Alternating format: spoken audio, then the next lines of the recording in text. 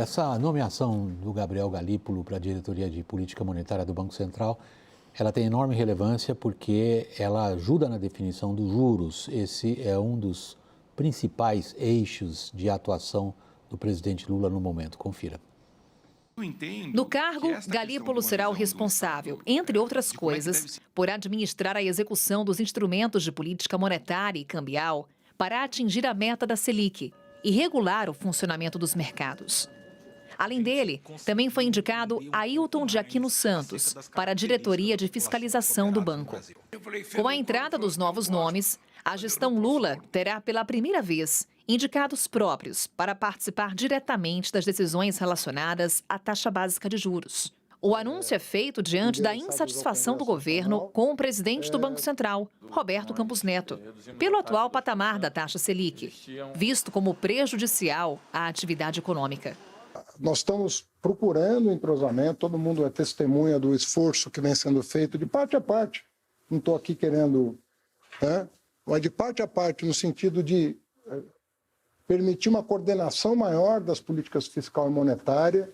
O comunicado divulgado na semana passada pela autoridade monetária sugere que o corte de juros deve começar somente no segundo semestre. Daniel, o Galípolo é o proverbial algodão entre os cristais. Agora o presidente Lula vai ajudá-lo?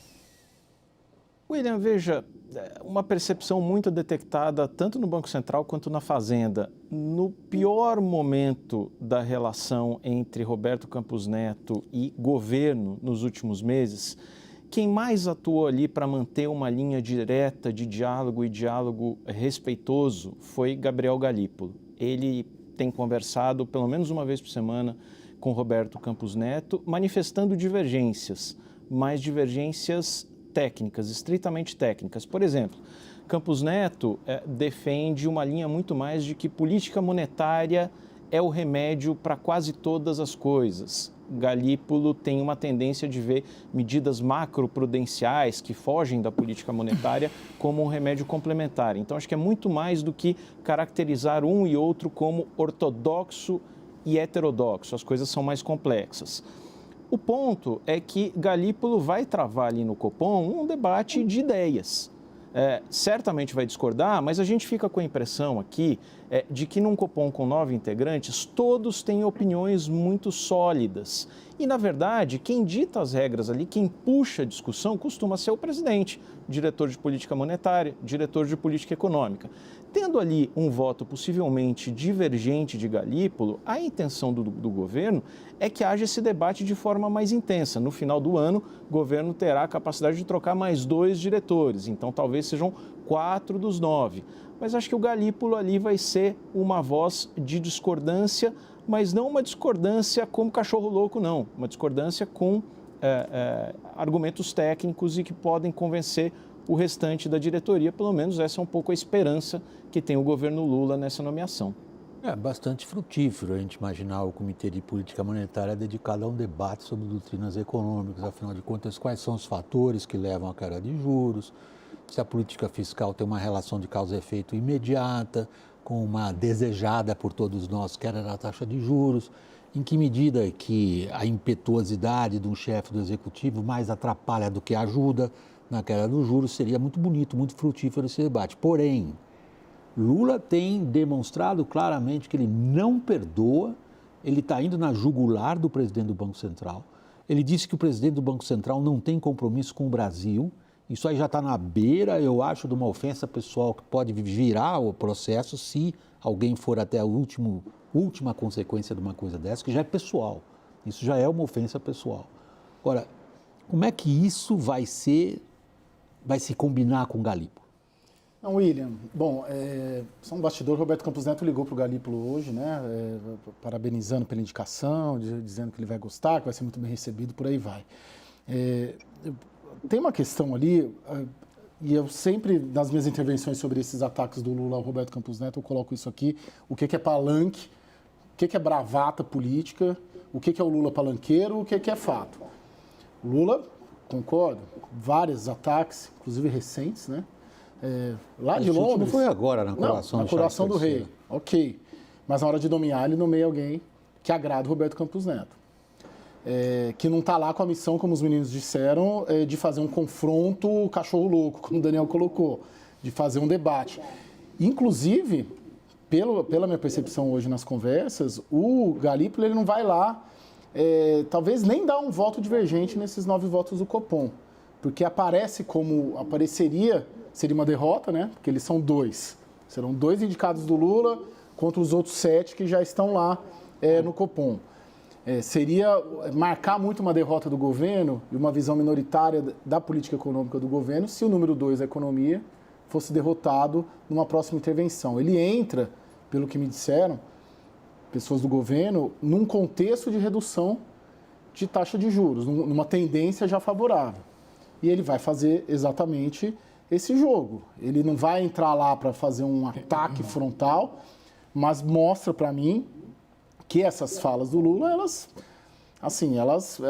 têm Tem que ser relevadas, é isso que você está Não, dizendo. elas têm uma questão palanqueira, William. Por que ele não pôs o André Lara Rezende? Então, Só um pouquinho, Raquel. Claro, Por que ele não pôs o André Lara Rezende, Paulo Gala? Por que ele não pôs outro? Por que ele pôs o cara que ele gosta, pessoalmente, que era um conselheiro durante a campanha, né? Por que ele não pôs alguém para ir pro pau, desculpa a expressão, e põe um sujeito que, primeiro, não é um nome que vai ser contestado pelo PT, como não foi, e não é um nome que foi contestado pelo mercado. Então é uma indicação que ela desce, vamos dizer assim, redonda, né? Em reação. Do mercado, se a gente olhar o dólar hoje, é um pouco diferente da sua descrição. Mas, enfim, o dólar também é tão volátil por um monte de fatores. É que, na verdade, ela desce meio quadrada para todo mundo. Né? O mercado fala, não tem tanta experiência assim, mas beleza, vamos lá.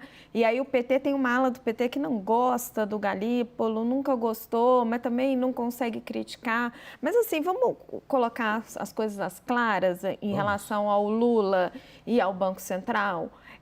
Este é um governo de um PT muito dogmático. Então, assim, haja visto o que ele está fazendo com o marco do saneamento, com o Eletrobras, etc., vários temas que a gente está discutindo aqui. Então, tudo que se faz em política econômica, e arcabouço fiscal, e a indicação do Banco Central é nessa linha, as iniciativas do Fernando Haddad são sempre para evitar um mal maior. Então, assim, não adianta a gente esperar que vai ter uma espécie de um Henrique Meirelles, que vai voltar ao Lula 1, que ele vai indicar um diretor de política monetária super assertivo para o cargo, que seria o cara perfeito. Não vai. O que o Haddad conseguiu foi que ele não indicasse o Paulo Gala ou o Igor Rocha da Fiesp, com todo respeito a eles, mas que seria um perfil completamente inaceitável ao mercado. O que o Haddad está conseguindo é só um caminho do meio um pouco mais pragmático. É a mesma coisa que aconteceu no arcabouço fiscal. Daniel está me pedindo a palavra na sequência, o Cristiano. Bem breve, William, eu só tenho imensa dúvida de como vai ser o funcionamento do Ministério da Fazenda a partir de agora. A gente já teve ilustres pensadores ali no Ministério da Fazenda em diferentes gestões, inclusive nas petistas. Marcos Lisboa foi secretário, Joaquim Levy foi secretário, Carlos Caval foi secretário, Otaviano Canuto todos esses nomes foram secretários. Essa equipe econômica mais recente era composta principalmente de técnicos sem um grande formulador. O secretário executivo, curiosamente, é uma figura mais executora da pasta e menos formuladora.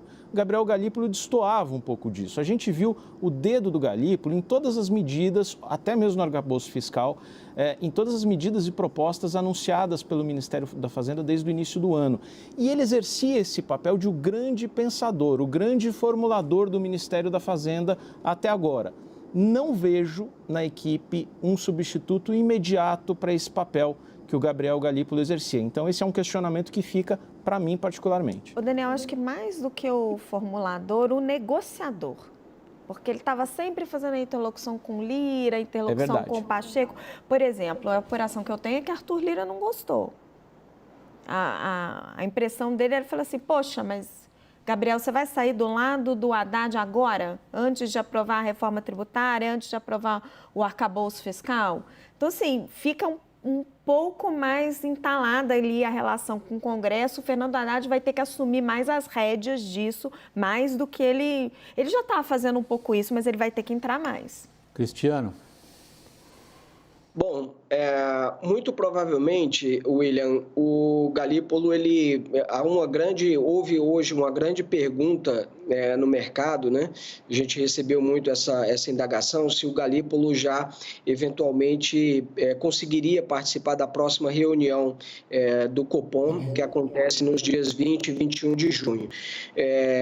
Processualmente, é perfeitamente possível isso, porque a indicação chegando nessa semana, é possível que a sabatina do Galípolo aconteça ali por volta do dia 30 de maio. E aí a nomeação dele já poderia acontecer na primeira semana de junho e, eventualmente, ele já participar dessa próxima reunião do Copom. O Galípolo, ele chega já muito perto dessa redução, desse início de ciclo de redução dos juros, que o mercado já precifica, que deve acontecer em agosto. Então, eventualmente, o governo pode até aproveitar isso e dizer, olha, nossa indicação funcionou, temos ali um contraponto e agora a taxa de juros está eventualmente caindo. Agora, a gente precisa também ter em mente que esse grande ataque que o Lula faz aos juros, né, tem a ver também com uma espécie de proteção, o antídoto que o Lula quer criar, para eventualmente a gente não ter um crescimento bom da economia, e aí ele já tem eventualmente um culpado que será naturalmente o Banco Central. Então, o Lula, quando insiste nesse confronto com o Banco Central, na minha opinião, ele está criando um certo antídoto aí para ter como falar que, na verdade, a responsabilidade é do Banco Central e não do governo.